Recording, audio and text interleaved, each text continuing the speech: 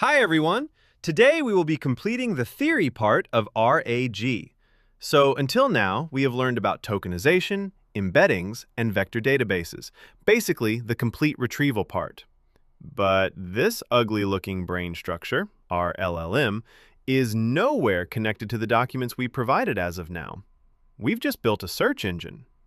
If we ask a standard LLM about our private data from the provided documents, it will either say, "I don't know," or worse, it will confidently lie to your face. We call this a hallucination, which we studied in our day 2. Today, we build the bridge. We are moving from search to generation. This bridge is the augmented step in RAG. We are augmenting context, or injecting context. So, the massive data which we had in the beginning is now a pretty little prompt box. But here's the catch: the lost in the middle phenomenon. Research shows that LLMs, even the giants like ChatGPT or Gemini, prioritize information at the very beginning and the very end of a prompt. If your most relevant chunk is buried in the middle of a 10,000 token prompt, the model will likely ignore it. It's a literal blind spot in the model's attention mechanism. This is how the curve looks, with a clear blind spot at the midpoint. To address this issue, we use a concept called re-ranking. So, the fairly relevant chunks are kept at the extremes, and the okay-ish ones in the middle.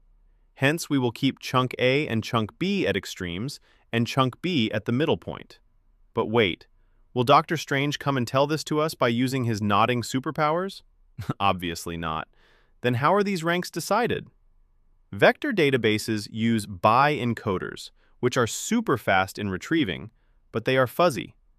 They are great at finding the top 10 candidates, but they aren't great at picking the perfect one. To fix this, we introduce a cross-encoder, or re-ranking.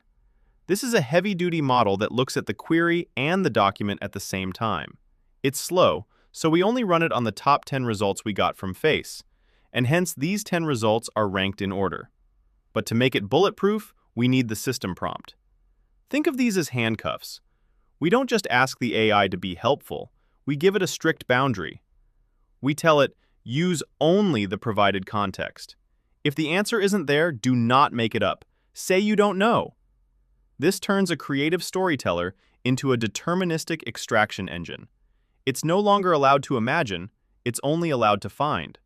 The math is done, the database is indexed, the prompt is grounded. Now in the next RAG lecture, we will code a full production-grade RAG pipeline from scratch, from raw PDF to the final answer. Get your Python ready. I'll see you there.